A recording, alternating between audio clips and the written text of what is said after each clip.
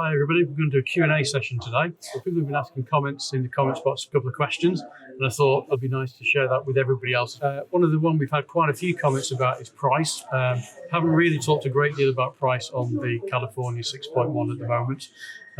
Obviously there is a price difference between that and the 6.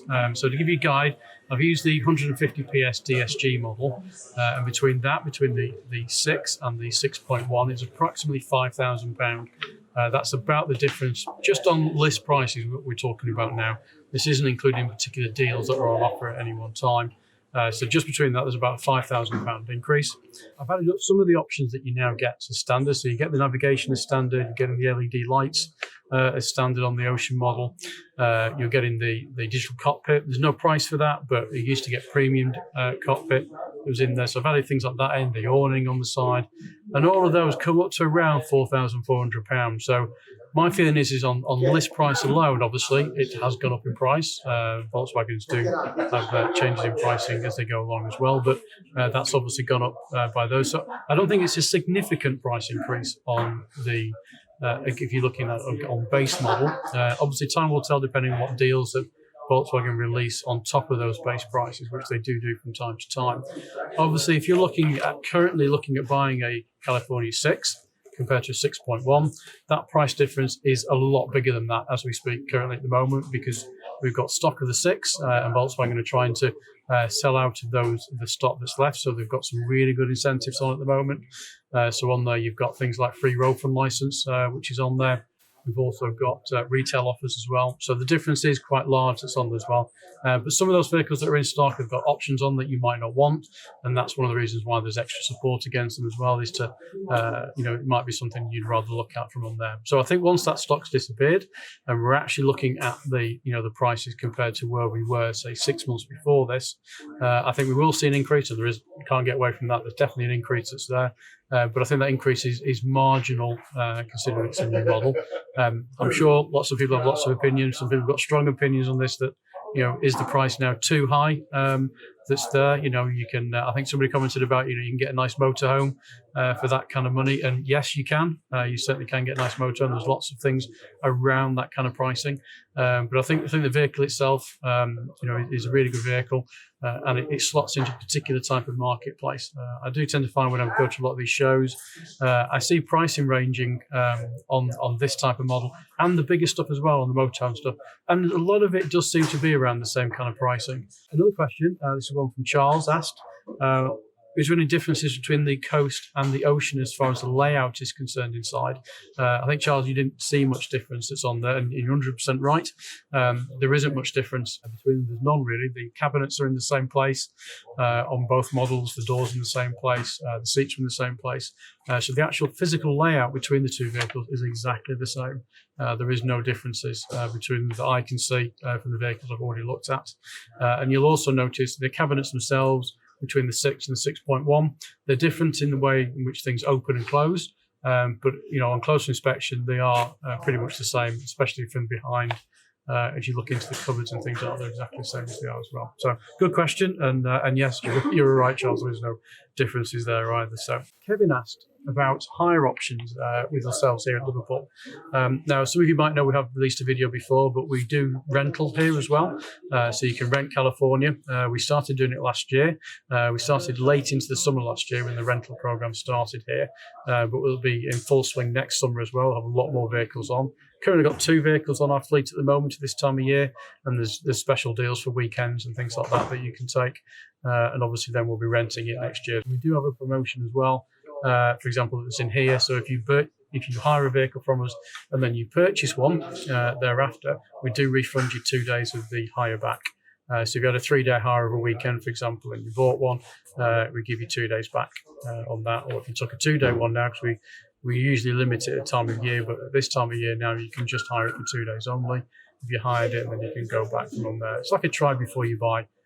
Jason asked about the beach. As we said in the California before, the beach has been dropped from the UK lineup at the moment. It's still available in Germany and across Europe as well, but here in the UK, a decision was taken not to bring it in. And Jason was questioning that if we knew why. As dealers, we don't really get involved in that side of things. It's a decision which is made by Volkswagen. themselves that's there, and it obviously gets relayed to us. But my understanding, it was purely down to sales numbers. And from us here at Liverpool, I can agree with them. I mean, to give you an indication, this year so far, up to the end of September, only 15% of our California sales were actually the beach model, and 85% therefore were the California Ocean. So obviously that will vary depending on the dealership and which parts of the country.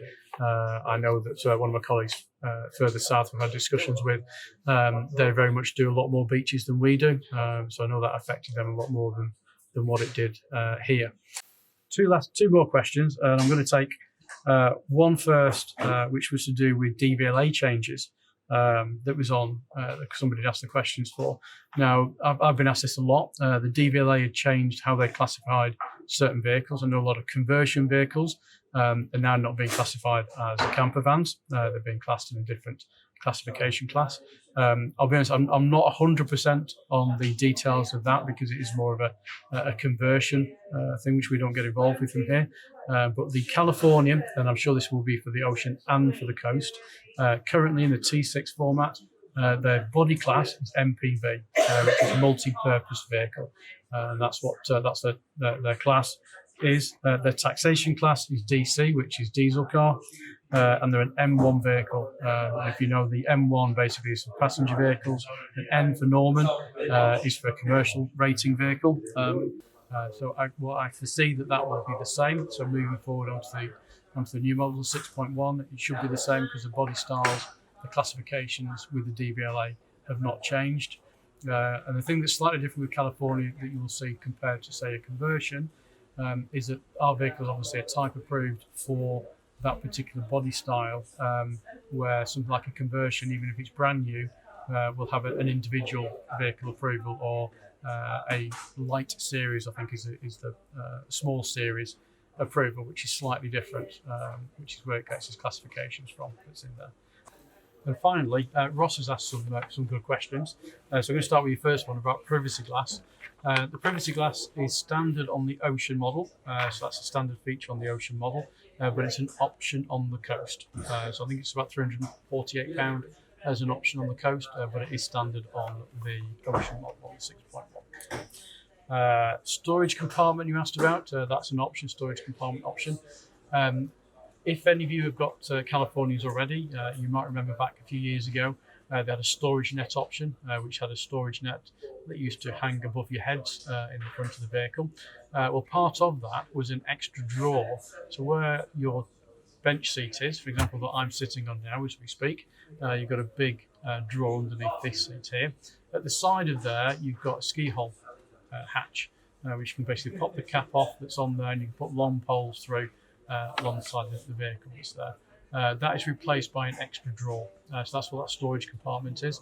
You can pull it out, and then that will give you an extra drawer. So you have your big drawer, and then next to it you'd have a little drawer, and that's the storage compartment pack that's there. Russ also asked a very good question as well, which I think you've probably seen maybe on the configurator that was there. And it was an option, and I'll read it to you. It says wing door right in passenger compartment, which probably doesn't make much sense to most people. It didn't to me until I actually had a look at the code. So that's actually an electric side door. As you would have the door, which is like on this vehicle here, it goes through. This is the electric version of it. So you go into an electric side door. That's what that particular option is. Not a particularly good description, I have to say, and maybe hopefully that'll get changed at some point when someone has a look down to clarify a bit more better. And then finally, Ross, you'd asked about active lane assist. So active lane assist has been something around on cars for quite a while that's there. So basically, if you're driving along, if it's active and you're driving along in a lane, if you start to veer off from side to side, you'll get a bit of a nudge on your steering wheel.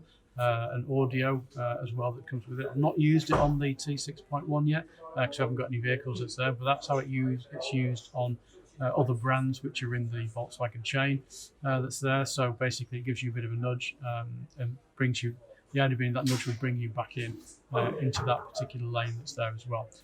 And then if you wanted to change lane, for example, if you press the indicator to move out, that will then deactivate the system for a second for you to move out.